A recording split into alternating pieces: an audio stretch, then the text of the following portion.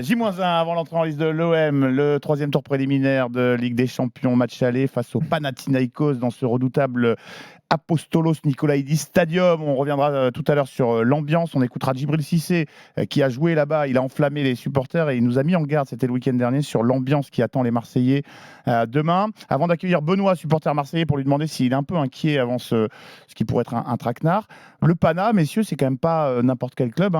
Deuxième du dernier championnat grec derrière l'AEK Athènes. 20 fois champion de Grèce, même si le dernier titre remonte à 2010. 19 Coupes de Grèce.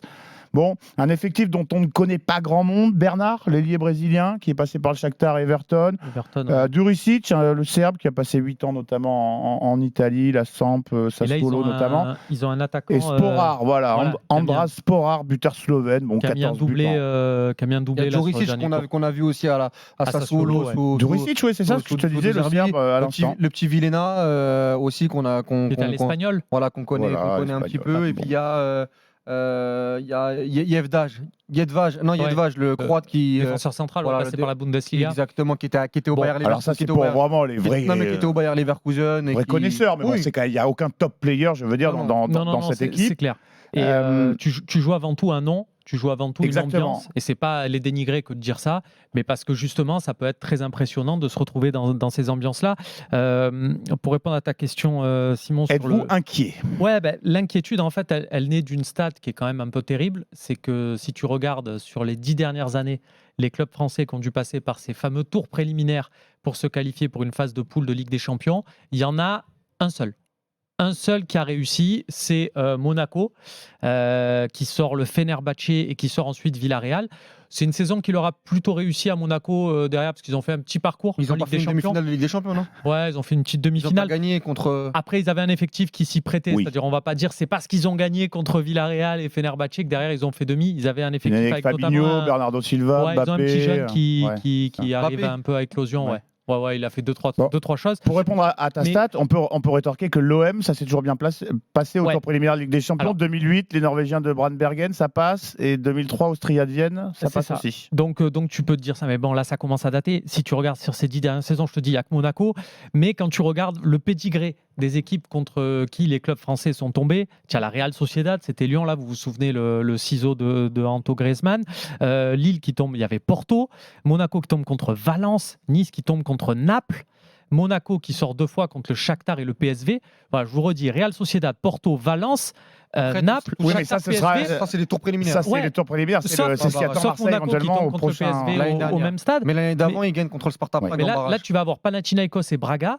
Honnêtement, Panathinaikos et Braga ou Topola ou machin, c'est pas dans cette catégorie PSV Valence, avec des Cody Gakpo Valence, et voilà. Porto. Tu es en train de dire que cette année, s'il passe pas, ce serait. Pour moi, là, l'Olympique de Marseille ne peut pas dire on est sur un obstacle comme quand Nice était tombé contre Naples après avoir sorti l'Ajax. C'est pas pareil là. En tout cas, tu le rappelais avant de te donner la parole, Walid, tu le rappelais peut-être que l'adversaire le plus redoutable pour les Marseillais, ce sera l'ambiance de cet Apostolos Nikolaïdis Stadium, 16 000 places seulement, mais uniquement garni de supporters du Pana, puisqu'on rappelle que l'UEFA interdit le déplacement des supporters. Après, l'ambiance, ça fait pas gagner des matchs non plus. Écoute, on écoute, tu sais, on en parlait dans les paris RMC samedi avec les copains pronostiqueurs.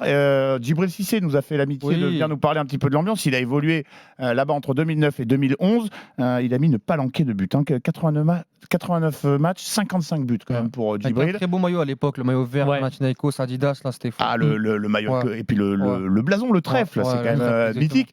On écoute Djibril Cissé sur l'ambiance dans le stade du Pana.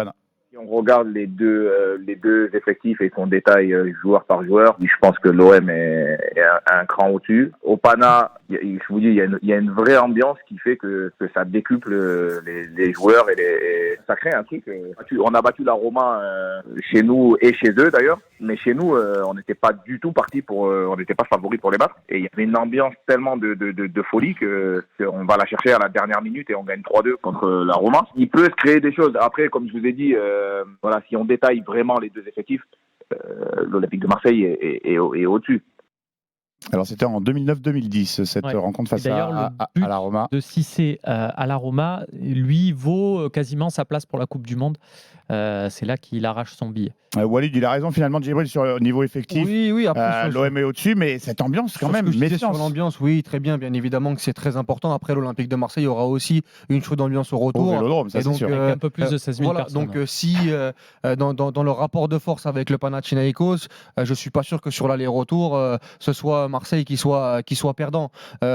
S'ils perdent à l'aller, ils perdront peut-être par rapport au contexte défavorable, mais aussi parce que sur le terrain, ils n'auront pas fait les choses qu'il fallait. Donc moi, cette fameuse Zumba sur l'ambiance en Europe, doucement, quoi. Oui, ça existe, mais Galatasaray, le 12e homme. Mais Galatasaray, Fenerbahçe, le PAOK Salonique, l'année dernière, on avait dit en Conference League, ils ont réussi quand même à s'en sortir. On se calme. Et puis je pense que globalement, l'Olympique de Marseille a tous les moyens pour faire un résultat là-bas. C'est-à-dire que je m'imagine pas l'Olympique de Marseille gagner largement au match aller, mais même aller faire un match nul pour aller gagner au Vélodrome sur un barrage de rentrée. Je crois que c'est Galatasaray qui a fait ça sur le tour précédent. Match nul à l'aller. Derrière, ils ont gagné au retour.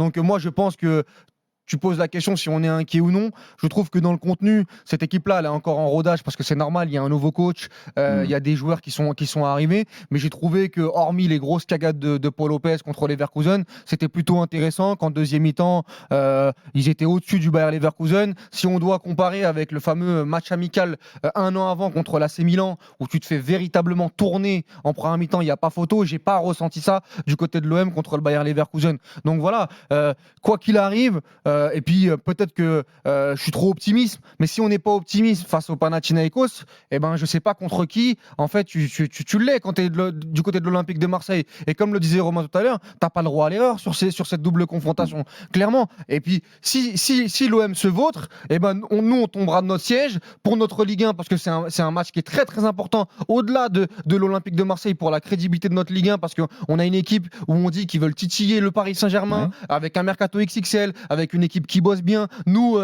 Simon, si tous les jours on dit c'est bien ce que fait Longoria, etc.